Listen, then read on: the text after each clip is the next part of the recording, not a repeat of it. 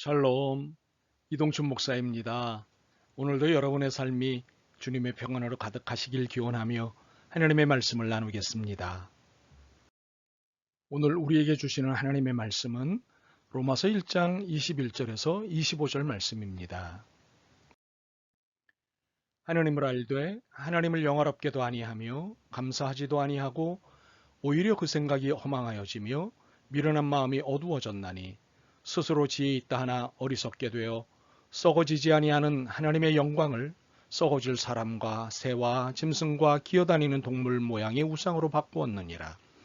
그러므로 하나님께서 그들을 마음의 정욕대로 더러움에 내버려 두사 그들의 몸을 서로 욕되게 하게 하셨으니 이는 그들이 하나님의 진리를 거짓 것으로 바꾸어 피조물을 조물주보다 더 경배하고 섬김이라.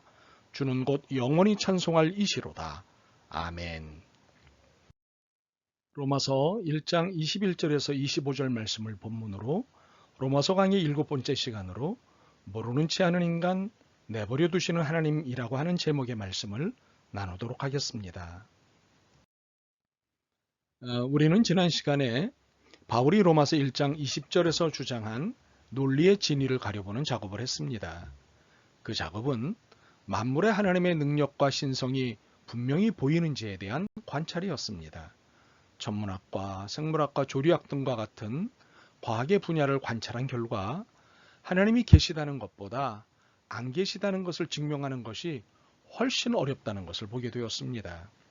그러므로 우리는 더 이상 이 세상에 하나님이 계시지 않다는 것을 핑계하지 못하게 해야 합니다.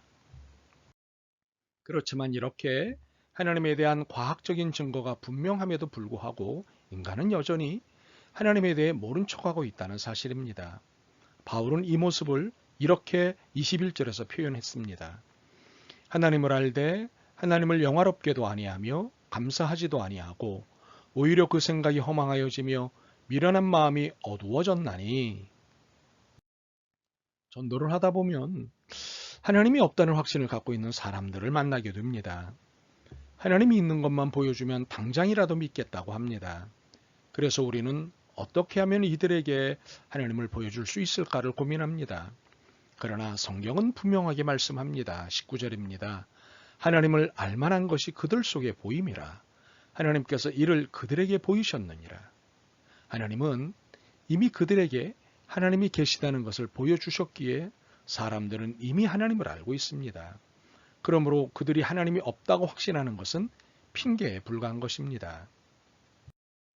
그렇다면 인간이 어떤 핑계로 하나님을 모른 척하거나 하나님의 존재를 모른 척하거나 부인하고 있는지를 알 필요가 있습니다. 우선 바울의 표현을 이해해 봅니다. 23절입니다. 썩어지지 아니하는 하나님의 영광을 썩어질 사람과 새와 짐승과 기어다니는 동물 모양의 우상으로 바꾸었느니라. 하나님을 썩어질 모양의 우상으로 바꾸었다는 것은 무엇보다도 하나님이 보이지 않는 이유를 핑계 삼고 있다는 사실입니다. 그래서 눈에 보이는 것들을 만들어서 이것이 하나님이라고 선전하는 것입니다. 우리는 이러한 모습을 영국의 철학자 존 위즈덤이 해준 이야기에서 이해할 수 있습니다. 어느 날 두 탐험가가 정글로 탐험을 갔습니다. 그들은 깊은 정글로 가던 길에 잘 가꾸어진 정원을 발견했습니다. 한 탐험가가 여기에는 분명 정원사가 있을 것이라고 말했습니다.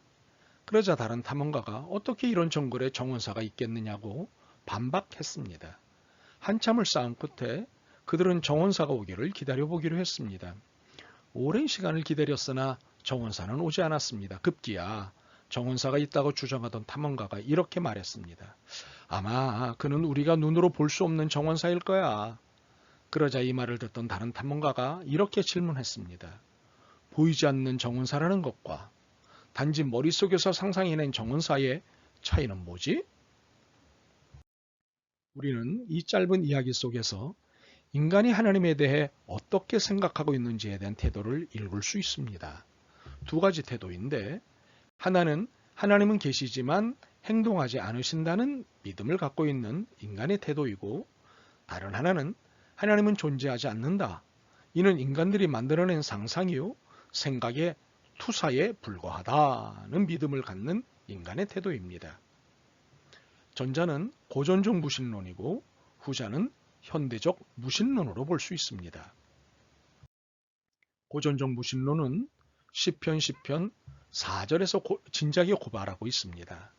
악인은 그의 교만한 얼굴로 말하기를 여호와께서 이를 감찰하지 아니하신다 하며 그의 모든 사상에 하나님이 없다 하나이다. 이는 하나님이 행동하시지 않기 때문에 하나님이 없다고 주장하는 태도입니다. 오늘은 후자인 현대적 무신론에 주목하려고 합니다. 왜냐하면 현대인들은 아주 교묘한 수법으로 하나님을 부인하고 무시하고 있기 때문입니다.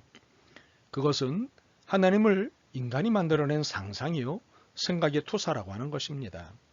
신앙은 인간이 자신의 필요에 의하여 스스로 상상하여 만든 것이라고 합니다. 단지 이데올로기에 불과하다는 것이지요. 이러한 현대적 무신론을 제창한 사람은 루드비 포이에르바흐입니다. 이 사람은 독일의 철학자입니다.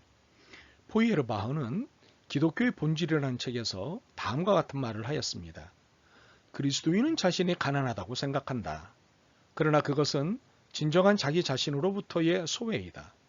그러므로 그리스도인은 감추어지고 억압된 자기 이상을 하늘에 투사해서 하나님이 존재한다고 믿는다. 인간은 전능한 하나님에게 자신을 투사시키게 된다. 용화불멸을 열망하나 자신의 존재는 그럴 수 없음을 느끼고 그러한 자신의 욕망을 위해 하늘의 아버지를 만들어내는 것이다. 다시 말해서 인간은 자기가 스스로 얻으려다가 실패한 것들, 즉 완전한 사랑, 정의, 거룩함 등과 같은 이러한 실패한 것들을 바깥으로 투영시켜 하나님이 계신 것으로 생각하고 상상하는 것이다. 포이에르바흐의 주장은 결국 하나님은 인간 자신의 이상적인 것에 대한 투영에 불과하다는 것입니다. 사실 그는 신학을 한 사람이었습니다만 중간에 전공을 철학으로 바꾸고 마지막에는 인간학으로 자리를 바꾸었습니다. 그의 중심에는 하나님이 존재하지 않았습니다. 단지 인간이 하나님일 뿐이었습니다. 1872년 그가 죽었을 때 그의 묘비에는 인간이 신이다라는 글귀가 새겨졌습니다. 포이에르바흐는 이런 주장 때문에 대학에서 자리를 잡을 수가 없었습니다. 그의 시대에는 이 주장이 받아들여지질 않았던 것이죠. 그런데 오늘날 그의 이러한 주장은 거의 모든 일반인들이 받아들이고 있는 현실입니다. 포이에르바흐와 함께 현대적 무신론 사상에 영향을 끼친 또 한 사람은 지금부터 프로이트입니다. 프로이트에 의하면 종교란 절대적인 권위 또는 절대적인 힘을 추구하는데 지상의 아버지가 돌아가셨을 때 그의 이미지를 천상의 아버지로 투영시키는 것이 인간의 심리라는 것입니다. 인간은 자기 연약성에 대한 깊은 인식이 있고 이것이 억압되었다가 갑자기 터져나와 밖으로 투영되면서 하나님을 믿게 된다는 것입니다. 다시 말하면 어렸을 때부터 부모는 아이를 보호하며 피난처가 됩니다. 그러나 점점 자람에 따라 부모를 잃게 되고 고독함을 느끼게 됩니다. 결국 그는 부모가 없기 때문에 생기는 감정을 억누르다가 하늘을 향해 투사하게 됩니다. 이처럼 세상의 아버지에게 기대하던 욕망들이 투사된 것이 하나님이라는 것입니다. 살펴본 포이에르바흐, 프로이트 이들의 이야기는 한마디로 하나님은 인간의 상상의 작품이라는 것입니다. 리처드 도킨스의 표현대로 하나님에 대한 망상인 것입니다. 이러한 현대의 무신론에 대해 바울이 진작에 표현한 것이 이것입니다. 22절과 23절입니다. 스스로 지혜 있다 하나 어리석게 되어 썩어지지 아니하는 하나님의 영광을 썩어질 사람과 새와 짐승과 기어다니는 동물 모양의 우상으로 바꾸었느니라. 현대의 무신론자들이 주장하는 것은 인간이 신이 되는 것입니다. 인간이 신을 만들어냈기 때문에 결론적으로는 인간이 신인 것입니다. 이는 피조물을 조물주보다 더 경배하고 섬기는 것입니다. 그러므로 투사라는 것은 한마디로 우상숭배입니다. 그렇기에 성경은 그 어떤 형태의 투사도 금지하고 있습니다. 십계명의 두 번째는 너를 위하여 새긴 우상을 만들지 말라는 것입니다. 여기서 우상은 하나님에 대하여 혹은 다른 것에 대하여 사람의 내면에 숨겨져 있는 욕망 내지 상상을 표현하는 일체 행위를 일컫는 것입니다. 하나님은 이를 철저하게 책망하십니다. 하나님은 그 어떤 투사적 행위도 용납하지 않으시기 때문입니다. 24절입니다. 그러므로 하나님께서 그들의 마음의 정욕대로 더러움에 내버려 두사 그들의 몸을 서로 욕되게 하게 하셨으니. 또한 성경은 느낌이나 감정의 바탕을 둔 신앙을 거부합니다. 기독교는 사실에 바탕을 두고 있기 때문입니다. 요한일서 1장 1절에 보면 우리가 들은 바요 눈으로 본 바요 자세히 보고 우리의 손으로 만진 바라. 베드로후서 1장 16절입니다. 우리 주 예수 그리스도의 능력과 강림하심을 너희에게 알게 한 것이 교묘히 만든 이야기를 따른 것이 아니요 우리는 그의 크신 위엄을 친히 본 자라. 그런데 중요한 사실은 우리가 하나님을 아는 것이 아니라는 사실입니다. 하나님이 우리를 먼저 아셨다는 것입니다. 사랑은 여기 있으니 우리가 하나님을 사랑한 것이 아니요 하나님이 우리를 사랑하사 우리 죄를 속하기 위하여 화목제물로 그 아들을 보내셨음이라. 요한일서 4장 10절입니다. 하나님이 우리를 먼저 사랑하셨다는 것은 하나님이 우리를 먼저 아셨다는 것입니다. 우리는 성경을 읽을 때 어느 한순간에 하나님의 아심바 되었다는 느낌에 이르게 됩니다. 하나님으로부터 인정받게 되었다는 사실도 느끼게 되고요. 하나님의 자녀로 아심바 되었다는 것도 느끼게 됩니다. 그래서 하나님이 우리와 함께 하신다는 사실을 경험하게 됩니다. 우리는 이렇게 하나님을 체험하게 됩니다.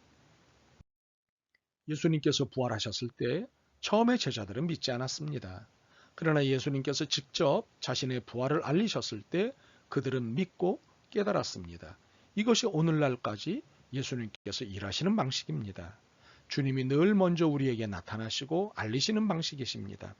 그러므로 우리는 마술에 걸린 세계에 살고 있는 것이 아니라 예수님께서 살아계시고 말씀하시는 세계에 살고 있습니다. 그러므로 살아계신 예수님의 말씀을 듣고 만날 때만 사람들은 이 무신론의 마술에서 깨어날 수 있습니다.